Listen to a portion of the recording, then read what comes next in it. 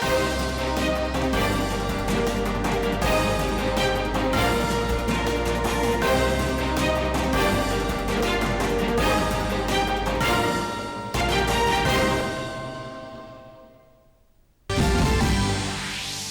भर में हर्षोल्लास के साथ मनाया गया 76वां गणतंत्र दिवस। कर्तव्य पथ पर दिखी सशक्त और आत्मनिर्भर भारत की तस्वीर। राष्ट्रपति ने ली परेड की सलामी। गणतंत्र दिवस पर प्रदेश भर में आयोजित हुए विभिन्न कार्यक्रम। राज्यपाल बंडारू दत्तात्रेय ने फरीदाबाद में राज्य स्तरीय समारोह में फहराया तिरंगा।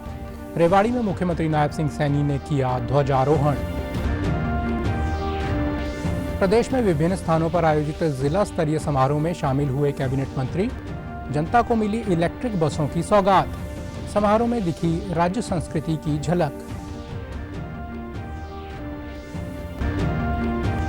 और गणतंत्र दिवस की पूर्व संध्या पर पद्म पुरस्कारों की घोषणा। सूची में 7 पद्म विभूषण, 19 पद्म भूषण और 113 पद्मश्री पुरस्कार शामिल। प्रधानमंत्री नरेंद्र मोदी ने पद्म पुरस्कार विजेताओं को दी बधाई। नमस्कार, सभी दर्शकों को दूरदर्शन परिवार की ओर से 76वें गणतंत्र दिवस की बहुत बहुत शुभकामनाएं। मैं हूं चंदन शर्मा और अब समाचार विस्तार से। देश आज अपना 76वां गणतंत्र दिवस मना रहा है। हर साल की तरह इस बार भी कर्तव्य पथ पर भारत का शौर्य और पराक्रम पूरी दुनिया ने देखा। हमारे देश की चाहे सामरिक ताकत हो, संस्कृति, परंपरा या ऐतिहासिक विरासत हो, इन सब का संगम आज सबने देखा। इस साल समारोह में इंडोनेशिया के राष्ट्रपति प्रबोवो सुबियांतो राष्ट्रपति द्रौपदी मुर्मू के साथ बगी में सवार होकर कर्तव्य पथ पर पहुंचे। प्रधानमंत्री नरेंद्र मोदी ने कर्तव्य पथ पर राष्ट्रपति द्रौपदी मुर्मू और इंडोनेशिया के राष्ट्रपति प्रबोवो सुबियांतो का स्वागत किया। इस दौरान प्रधानमंत्री मोदी ने समारोह में पहुंचे उपराष्ट्रपति जगदीप धनखड़ और उनकी पत्नी सुदेश धनखड़ का भी स्वागत किया। आज इस अवसर पर नई दिल्ली में कर्तव्य पथ पर राष्ट्रपति द्रौपदी मुर्मू ने राष्ट्रीय ध्वज फहराया। इसके बाद राष्ट्रगान और 21 तोपों की सलामी दी गई। इस ऐतिहासिक मौके पर प्रधानमंत्री मोदी, उपराष्ट्रपति जगदीप धनखड़ और अन्य गणमान्य व्यक्तियों ने तिरंगे को सलामी दी। इसके बाद कर्तव्य पथ पर भारतीय वायुसेना की 129 हेलीकॉप्टर यूनिट के MI-17 हेलीकॉप्टरों ने कर्तव्य पथ पर उपस्थित अतिथियों और दर्शकों पर पुष्प वर्षा की। इस दौरान भारतीय वायुसेना के विमानों ने फ्लाई पास्ट किया। इस दौरान 40 विमान, 22 लड़ाकू विमान और 11 ट्रांसपोर्ट विमानों के साथ 7 हेलीकॉप्टर भी शामिल हुए। इस मौके पर विमानों ने अजय, सतलुज और भीम समेत कई फॉर्मेशन बनाए। वायुसेना ने स्मॉग से तिरंगा और त्रिशूल की आकृति बनाकर आसमान में भव्य प्रस्तुति दी। फ्लाई पास्ट के साथ ही गणतंत्र दिवस परेड का समापन हो गया। इस दौरान महिला टुकड़ी कॉर्प्स ऑफ सिग्नल्स ने परेड में हिस्सा लिया, जिसकी अगुवाई कैप्टन रितिका खरेटा कर रही थी। वहीं दिल्ली पुलिस के दस्ते ने कर्तव्य पथ से राष्ट्रपति को सलामी दी। साथ ही दिल्ली पुलिस के महिला दस्ते ने बैंड से शानदार प्रस्तुति दी। कर्तव्य पथ पर घुड़सवार रेजिमेंट 61 कैवलरी भी परेड में शामिल हुई। इस दौरान BrahMos missile, Pinaka rocket launcher का भी प्रदर्शन किया गया। गणतंत्र दिवस की परेड में कर्तव्य पथ पर भारत की संस्कृति विविधता का प्रदर्शन करते हुए 16 राज्यों और केंद्र शासित प्रदेशों की झांकियों का प्रदर्शन हुआ। साथ ही केंद्र सरकार के 10 मंत्रालयों और विभागों की झांकियां प्रदर्शित की गईं। इस दौरान भारतीय वायुसेना के विमानों ने शानदार प्रदर्शन किया। गणतंत्र दिवस परेड में इस बार विभिन्न राज्यों, केंद्र शासित प्रदेशों और मंत्रालयों की कुल 26 झांकियां देखने को मिली। कर्तव्य पथ पर देश की विविधता और सांस्कृतिक समावेशिता को दर्शाने वाली झांकियों की थीम रही स्वर्णिम भारत, विरासत और विकास। हरियाणा की झांकी भी लगातार चौथी बार कर्तव्य पथ पर नजर आई। इस झांकी में मुख्य रूप से कुरुक्षेत्र में भगवान श्री कृष्ण द्वारा अर्जुन को दिए गए गीता के दिव्य संदेश को दर्शाया गया है। तो वहीं तकनीक व नवाचार के क्षेत्र में हरियाणा के निरंतर विकास और खेल में महाशक्ति के रूप में अपनी पहचान बना रहे हरियाणा की झलक भी झांकी के माध्यम से दिखाई दी। इस झांकी ने प्रदेश की समृद्धि, विरासत और विकास के अलौकिक दृश्य को प्रस्तुत किया। गणतंत्र दिवस के उपलक्ष्य में आज पूरे हरियाणा में जश्न मनाया गया। राज्यपाल बंडारू दत्तात्रेय ने फरीदाबाद और मुख्यमंत्री नायब सिंह सैनी ने रेवाड़ी में तिरंगा फहराया। फरीदाबाद के परेड ग्राउंड में आयोजित समारोह को संबोधित करते हुए राज्यपाल ने कहा कि फरीदाबाद वीरों की भूमि रही है। इस क्षेत्र ने हमेशा देश को वीर दिए हैं। आज खेल के क्षेत्र में हरियाणा की सबसे अलग पहचान है। हरियाणा के खिलाड़ी सबसे ज़्यादा मेडल जीत कर आते हैं। हमारी खेल नीति देश में सबसे बेहतर है। प्रदेश सरकार द्वारा गरीबों के उत्थान के लिए कई प्रकार की योजनाएं चलाई जा रही हैं। गरीब लोगों को सरकार मुफ्त स्वास्थ्य सेवाएं दे रही है। उन्होंने कहा कि हम सभी को मिलकर देश को आगे बढ़ाना है। देश का युवा जितना ज़्यादा शिक्षित होगा, देश उतना ही आगे बढ़ेगा। हरियाणा में सरकार युवाओं के लिए सबसे ज़्यादा काम कर रही है। कई अर्थ में ऐतिहासिक है। हमें अनेक चुनौतियों और प्रतिकूल परिस्थितियों का सामना करना पड़ा, लेकिन हम विविधता में एकता के मंत्र को लेकर आगे बढ़ते रहे। हमारा देश भारत रत्न डॉक्टर बाबा साहेब भीमराव अंबेडकर सहित सभी संविधान निर्माताओं का सदैव ऋणी रहेगा।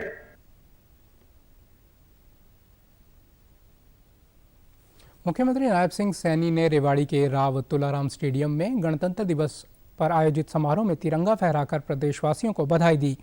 उन्होंने परेड का निरीक्षण कर सलामी ली। इस मौके पर मुख्यमंत्री ने कहा कि हरियाणा राज्य देश के अग्रणी राज्यों में खड़ा है। उन्होंने कहा कि मेरा परम सौभाग्य है कि मुझे पहला अवसर वीर भूमि अहिरवाल के रेवाड़ी में ध्वजारोहण का मिला है। उन्होंने कहा कि आज़ादी की लड़ाई में हरियाणा के स्वतंत्रता सेनानियों का अहम योगदान रहा है। आज भी हरियाणा के नौजवान सेना में भर्ती होना अपनी शान समझते हैं। हरियाणा ने अग्निवीर नीति में जवानों को सुरक्षा कवच प्रदान किया है।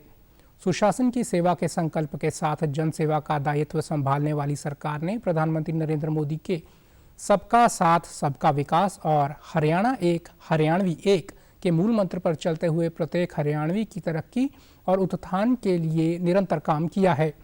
उन्होंने कहा कि आज हरियाणा की जनता और सरकार के बीच सीधा संपर्क है। आज हरियाणा सरकार द्वारा चलाई गई कल्याणकारी योजनाओं का सीधा लाभ पात्र लोगों तक पहुंच रहा है। उन्होंने कहा कि गरीब परिवारों के लिए सीएम आवास योजना शुरू की है। इसके तहत करीब 15,000 मकान लोगों को दिए जा चुके हैं। पीएम सूर्य घर मुफ्त योजना के तहत 1 लाख घरों में मुफ्त सोलर सिस्टम लगाने का लक्ष्य रखा है। किसानों के लिए 24 फसलों की एमएसपी पर खरीद की जा रही है। हमने अपने तीसरे कार्यकाल में 2 लाख सरकारी नौकरी देने का लक्ष्य रखा है। हमारी सरकार ने योग्यता के आधार पर नौकरियां दी हैं।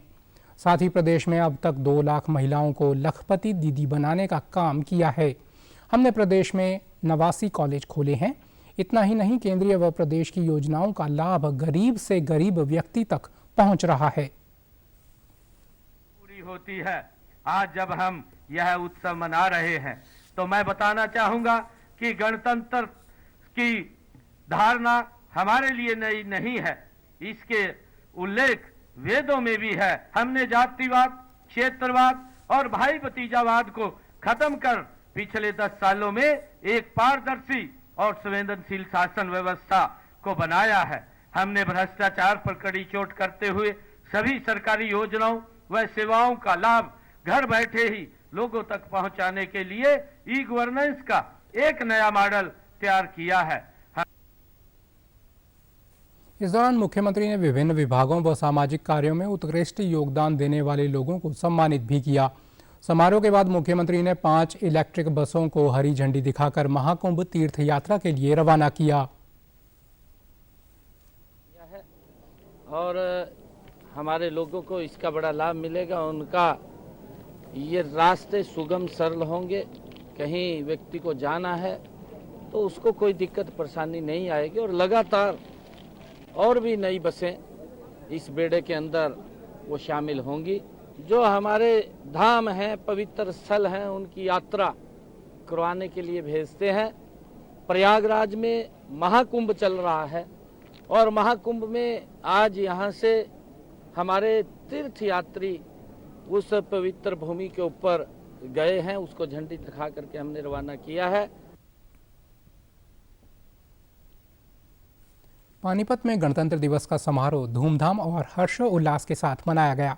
शिवाजी स्टेडियम में जिला स्तरीय कार्यक्रम का आयोजन किया गया, जहां मुख्य अतिथि के तौर पर विधानसभा अध्यक्ष हरविंद्र कल्याण ने तिरंगा फहराया और परेड की सलामी ली। इस अवसर पर विभिन्न सांस्कृतिक कार्यक्रम भी आयोजित किए गए, जिनमें स्कूली बच्चों ने देशभक्ति से सराबोर नृत्य और गीत प्रस्तुत कर दर्शकों का मन मोह लिया। इससे पहले उन्होंने स्थानीय लघु सचिवालय में स्थापित शहीद स्मारक पर पुष्प अर्पित कर शहीदों को श्रद्धांजलि भी दी। इस अवसर पर उन्होंने कहा कि आज हम भारत का 76वां गणतंत्र दिवस मना रहे हैं। पूरे देश में हमारा संविधान हमारा सम्मान कार्यक्रम चलाया जा रहा है। उन्होंने कहा कि आज देश की सशस्त्र सेनाओं में हर 10वां सिपाही हरियाणा से है। प्रदेश में अग्निवीर नीति 2024 लागू कर अग्निवीरों को सुरक्षा कवच प्रदान किया गया है। खेल जगत में भी हरियाणा का बड़ा नाम है। हमारे युवा बड़ी उपलब्धियां प्राप्त कर देश प्रदेश का नाम रोशन कर रहे हैं। मेडल जीतने वाले खिलाड़ियों को नगद पुरस्कार के साथ सरकारी नौकरियां दी जा रही हैं। उन्होंने कहा कि देश की तरक्की में प्रदेश अपनी भूमिका अदा कर रहा है। आज हम सभी इस मौके पर देश को वर्ष 2047 तक विकसित राष्ट्र बनाने का संकल्प लें। आने वाली पीढ़ियों के लिए बेहतर भविष्य बनाना होगा। हम मिलकर भारत देश को एक मजबूत राष्ट्र बनाएंगे। हम सब मिलकर सशक्त भारत, विकसित भारत का निर्माण करेंगे। आज खेल जगत में हरियाणा का बड़ा नाम है। हमारे युवा बड़ी उपलब्धियां प्राप्त करके देश प्रदेश का नाम रोशन कर रहे हैं। हमारी सरकार द्वारा मेडल जीतने वाले खिलाड़ियों को नकद पुरस्कार देने के साथ साथ सरकारी नौकरियां दी जा रही है। अवार्ड पाने वाले खिलाड़ियों को भिवानी के भीम स्टेडियम में गणतंत्र दिवस पर आयोजित कार्यक्रम में महिला बाल विकास एवं सिंचाई मंत्री श्रुति चौधरी ने राष्ट्रीय ध्वज फहराया और मार्च पास्ट कर उन्हें सलामी दी। इस अवसर पर उन्होंने विभिन्न विभागों की झांकियों का अवलोकन भी किया। उन्होंने अपने क्षेत्र में श्रेष्ठ कार्य करने वाले कर्मचारियों व अधिकारियों के साथ ही देश के लिए बलिदान देने वाले भूतपूर्व सैनिकों व उनके परिवारों को सम्मानित भी किया। इस मौके पर उन्होंने कहा कि आज पूरा देश 76वां गणतंत्र दिवस मना रहा है। आज हम शहीदों के बलिदान की बदौलत खुली हवा में सांस ले पा रहे हैं। प्रदेश सरकार ने राज्य में 100% टेलों पर पानी पहुंचाने के उद्देश्य से एक राज्य स्तरीय विशेष कार्य बल का गठन किया है। महिला बाल विकास मंत्री ने कहा कि हमारी सरकार महिलाओं के सशक्तिकरण के लिए प्रतिबद्ध है। सरकार ने 25,962 आंगनवाड़ी केंद्रों को सौर ऊर्जा से जोड़ने का निर्णय लिया है। 100% टेलों पर पानी पहुंचाने के लक्ष्य से एक राज्य स्तरीय विशेष कार्य बल का गठन किया गया है। केंद्र सरकार की 6,000 करोड़ रुपए की अटल भूजल योजना के तहत प्रदेश के 14 जिलों में सामुदायिक भागीदारी से भूजल प्रबंधन का कार्य भी किया जा रहा है। महिलाओं के सशक्तिकरण के लिए प्रतिबद्ध है ताकि बेहिंसा एवं भेदभाव मुक्त वातावरण में विकास प्रक्रिया में बराबरी का योगदान देते हुए शान से रह सके तथा बच्चों की अच्छी देखभाल के साथ एक सुरक्षित वातावरण ले सके। गणतंत्र दिवस के अवसर पर सहकारिता मंत्री डॉक्टर अरविंद शर्मा ने झज्जर में आयोजित कार्यक्रम में राष्ट्रीय ध्वज फहराया और परेड की सलामी ली। इस अवसर पर उन्होंने देश को आज़ाद करवाने वाले सभी ज्ञात अज्ञात शहीदों व स्वतंत्रता सेनानियों को नमन किया। उन्होंने कहा कि 75 साल पहले आज ही के दिन भारतीय संविधान लागू हुआ था। संविधान से ही हमें अपने वोट का अधिकार मिला है। संविधान में डॉक्टर भीमराव अंबेडकर ने कमज़ोर, पिछड़े और अनुसूचित जाति के लोगों के उत्थान का प्रावधान किया। कैबिनेट मंत्री ने कहा कि केंद्र व प्रदेश सरकार की ओर से चलाई जा रही जन कल्याणकारी योजनाओं ने आम लोगों का जीवन बदला है। अंबेडकर सहित संविधान सभा के तमाम सदस्यों को नमन करता हूं, जिनकी बदौलत भारत आज विश्व का सबसे बड़ा लोकतंत्र व गणराज्य देश कहलाता है। आज हम संविधान के दिए गए जिन हकों का इस्तेमाल कर रहे हैं वे डॉक्टर भीमराव अंबेडकर जी की देन है। वोट देने का अधिकार आज देश में किसी अमीर को भी वही अधिकार और एक गरीब व्यक्ति को भी वही अधिकार है। हमारे संविधान में समाज के कमजोर वर्गों। कैबिनेट मंत्री विपुल गोयल ने पलवल के नेताजी सुभाष चंद्र बोस स्टेडियम में आयोजित जिला स्तरीय गणतंत्र दिवस समारोह में बतौर मुख्य अतिथि शिरकत कर राष्ट्रीय ध्वज फहराया।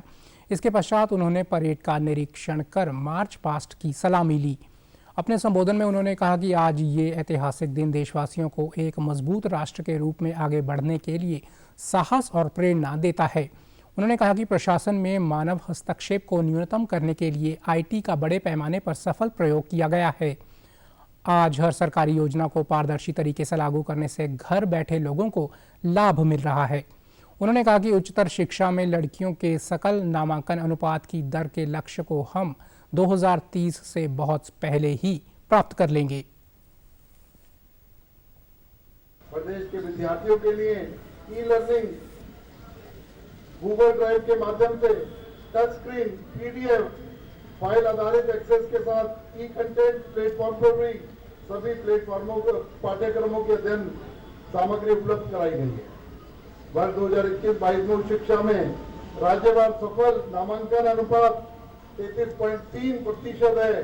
नई शिक्षा नीति का एक लक्ष्य है वर्ष 2030 तक उच्चतर शिक्षा में लड़कियों का सकल नामांकन अनुपात प्रतिशत से अधिक करना। सरकार प्रदेश के विकास एवं पंचायत मंत्री कृष्णलाल पंवार ने आज रोहतक में इलेक्ट्रिक नगर बस सेवा का शुभारंभ किया। गणतंत्र दिवस पर आमजन की सुविधा के लिए शहर में 5 इलेक्ट्रिक बसों का संचालन शुरू किया गया है। शहर में चलने वाले इन बसों के लिए रूट भी तैयार कर दिया गया है। पहले दिन यात्रियों के लिए ये बस सुविधा निःशुल्क रही। कल से रूट के हिसाब से किराया निर्धारित किया गया है। ये बसें रोहतक बस स्टैंड से संचालित होंगी। इन एसी बसों में दूरी के हिसाब से 10, 15 व 20 रुपये किराया निर्धारित किया गया है। निर्धारित रूट पर हर 15 मिनट बाद बसें उपलब्ध रहेंगी। ये लो फ्लोर बसें जीपीएस सहित कई आधुनिक फीचर से लैस हैं। कैबिनेट मंत्री ने कहा कि इन इलेक्ट्रिक बसों से प्रदूषण भी कम होगा और शहर की जनता को बेहतर सुविधा मिलेगी। विशेष तौर से जो पोल्यूशन, जो पर्यावरण आज दूषित तो हो रहा है जी, उस पर कि पूरे देश में जिस प्रकार से पेट्रोल की, डीजल की खपत बहुत बढ़ गई थी, तो इलेक्ट्रिक बसें, इलेक्ट्रिक गाड़ियां चला करके इससे हमारे पोल्यूशन में भी फर्क होगा और जो पेट्रोल डीजल है उसकी खपत भी कम होगी। इसलिए आज हमने पूरे हरियाणा प्रदेश के अंदर हमने इलेक्ट्रिक बस चलाने का फैसला किया, जिसके बाद 5 बसें रोहतक को हमने दी है।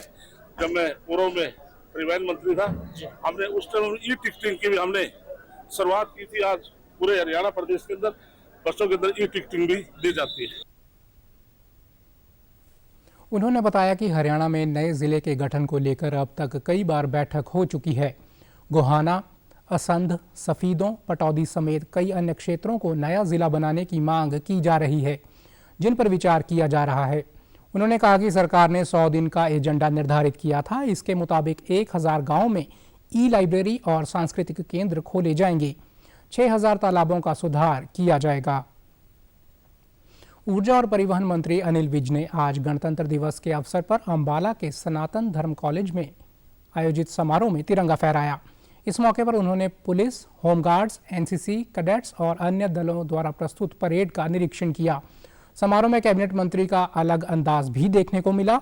तिरंगा फहराने के बाद वे छोटी बच्ची के साथ देशभक्ति गीतों पर भांगड़ा करते नजर आए। उन्होंने परेड के अनुशासन और तालमेल की प्रशंसा करते हुए कहा कि गणतंत्र दिवस हमारे संविधान की शक्ति का प्रतीक है और हमें अपने देश की समृद्धि और विकास के लिए एकजुट होकर काम करना चाहिए। इस अवसर पर परिवहन मंत्री ने 5 इलेक्ट्रिक बसों को हरी झंडी दिखाकर रवाना किया। ये बसें अलग अलग रूट पर अंबाला छावनी और अंबाला शहर के बीच चलेंगी।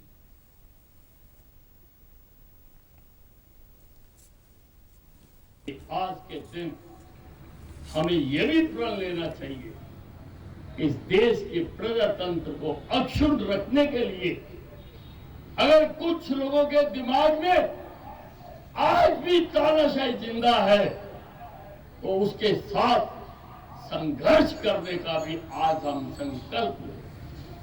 हम संकल्प लेते हैं कि ऐसे दिमागों को जो आज भी कहते हैं कि शक्ति का स्रोत हम में है ताकत, शक्ति का स्रोत इस देश का प्रजातंत्र।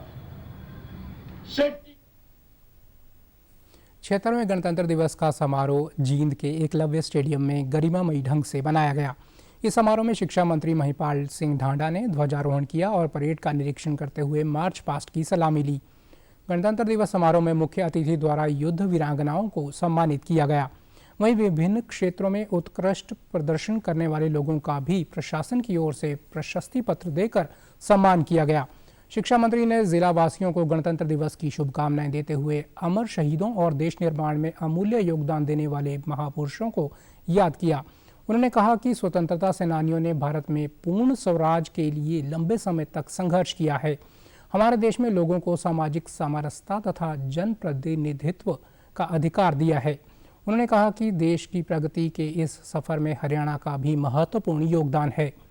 प्रदेश के सामाजिक आर्थिक विकास को नए आयाम प्रदान किए हैं। शिक्षा, स्वास्थ्य एवं खेलों में हमने नई ऊंचाइयों को छुआ है। हमारी कितनी ही नीतियां और योजनाओं का देश के दूसरे राज्य अनुसरण कर रहे हैं। राज्य देश कहलाता है। आज हम संविधान में दिए गए जिन हकों का इस्तेमाल कर रहे हैं वे डॉक्टर अम्बेडकर जी का ही देन है। वोट देने का जो अधिकार आज देश में किसी अमीर को है, वही अधिकार एक गरीब व्यक्ति को भी है।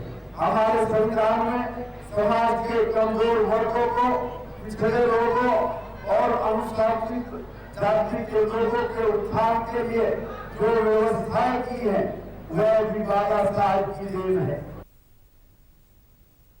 सोनीपत में गणतंत्र दिवस का समारोह धूमधाम के साथ मनाया गया। पुलिस लाइन में आयोजित जिला स्तरीय कार्यक्रम में सामाजिक न्याय एवं अधिकारिता मंत्री कृष्ण कुमार बेदी ने झंडा फहराया और परेड की सलामी ली। इससे पहले उन्होंने शहीदों को श्रद्धांजलि दी। समारोह में स्कूली बच्चों ने देशभक्ति से भरे कार्यक्रम प्रस्तुत किए। इस अवसर पर सराहनीय कार्य करने वाले अधिकारियों, कर्मियों व सामाजिक वर्करों को सम्मानित किया गया। अपने संबोधन में कैबिनेट मंत्री ने कहा कि सुशासन से सेवा के संकल्प के साथ प्रदेश सरकार विकास के पथ पर आगे बढ़ रही है। उन्होंने कहा, हरियाणा की जनता व सरकार के बीच सीधा संपर्क है। प्रदेश सरकार ने वृद्धावस्था सम्मान भत्ता योजना को परिवार पहचान पत्र से जोड़ा है।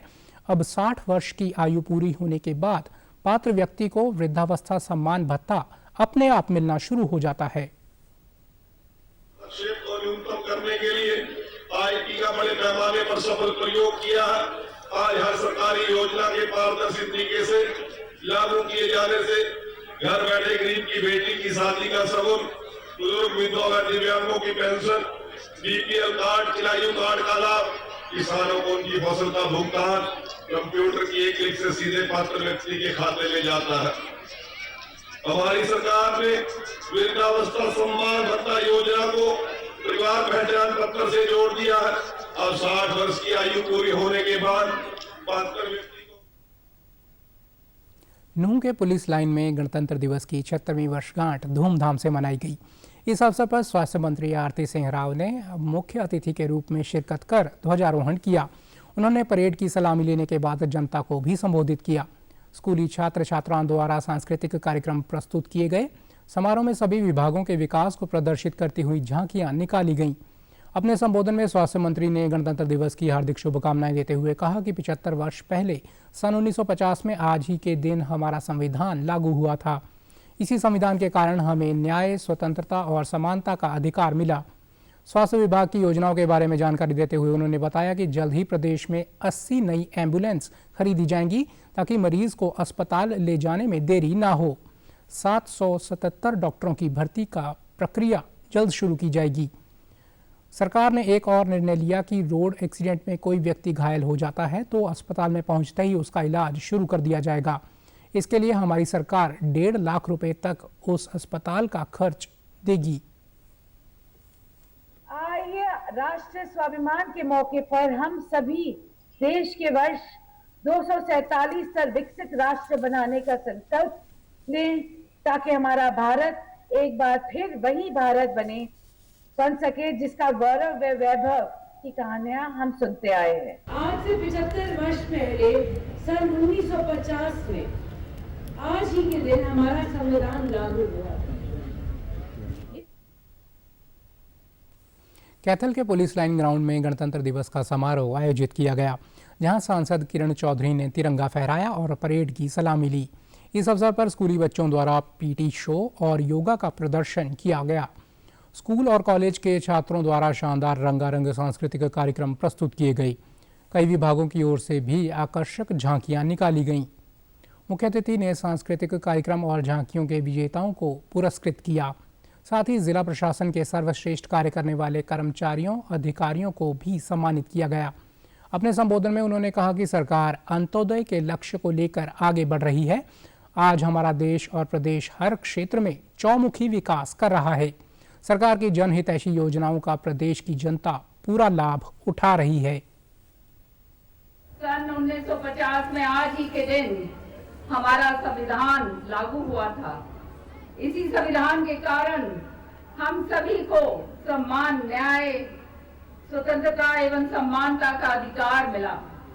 आज इस अवसर पर मैं बाबा साहेब भीमराव अंबेडकर सहित संविधान सभा के तमाम सदस्यों को भी नमन करती हूं, जिनकी बदौलत भारत आज विश्व का सबसे बड़ा लोकतंत्र व गणराज्य देश।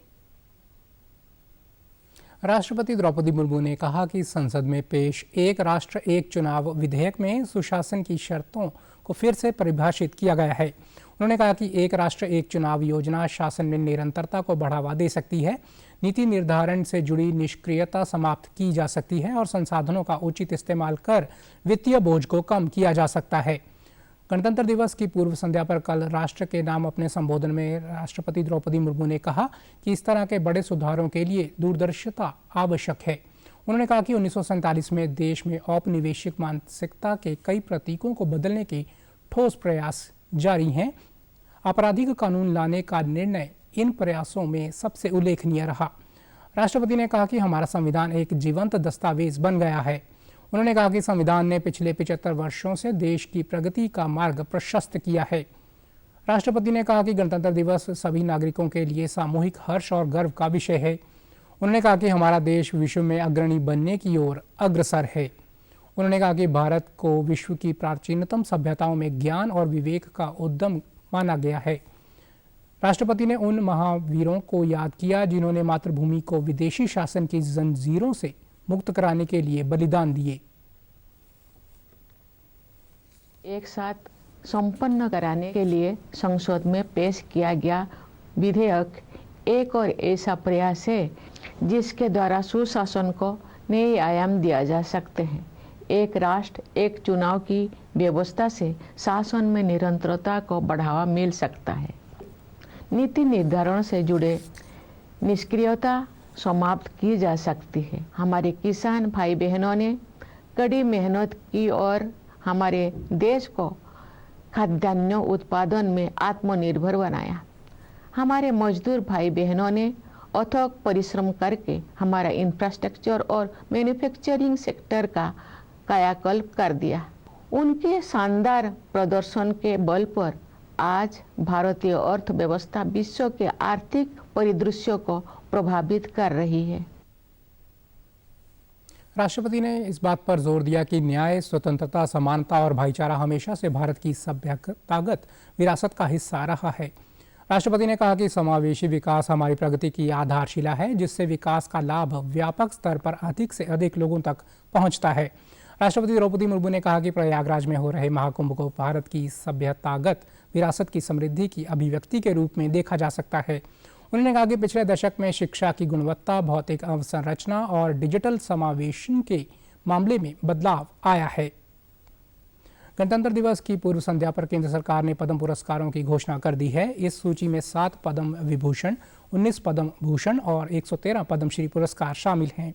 पुरस्कार पाने वालों में 23 महिलाएं हैं, जबकि इस सूची में NRI, PIO, OCI श्रेणी के 10 व्यक्ति और 13 मरणोपरांत पुरस्कार विजेता भी शामिल हैं। इनमें भारत के पहले चीफ जस्टिस चंडीगढ़ के जगदीश सिंह खेहर को पद्म विभूषण, हरियाणा के साहित्यकार व लेखक डॉक्टर संतराम देशवाल, पैरालंपिक में स्वर्ण पदक जीतने वाले हरविंदर सिंह को पद्मश्री से सम्मानित किया जाएगा। पंजाब से हरजिंदर सिंह श्रीनगर वाले, ओंकार सिंह पाहवा, सेब सम्राट के नाम से मशहूर हिमाचल के बागवान हरिमन शर्मा का नाम भी पद्मश्री के लिए घोषित किया गया है।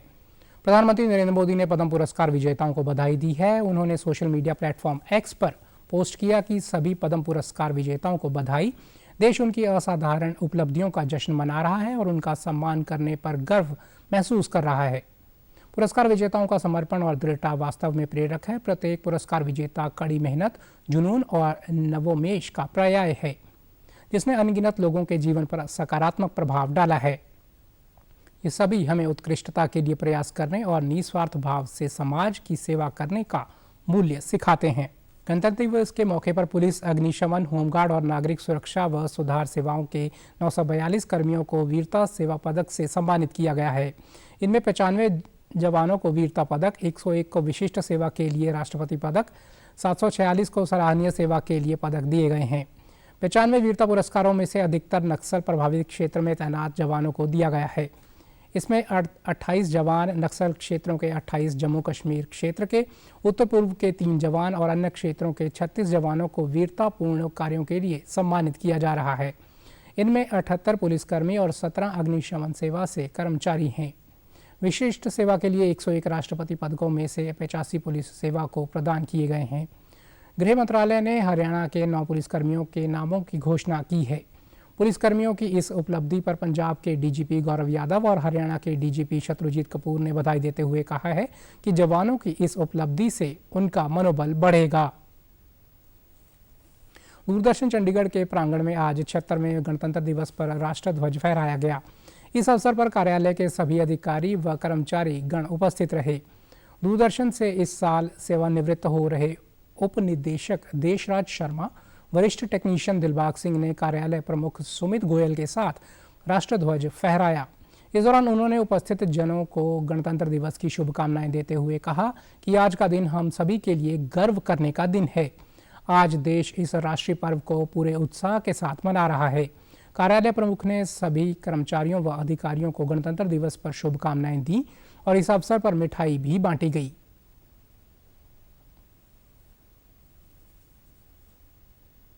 समाचारों में आज इतना ही। नमस्कार।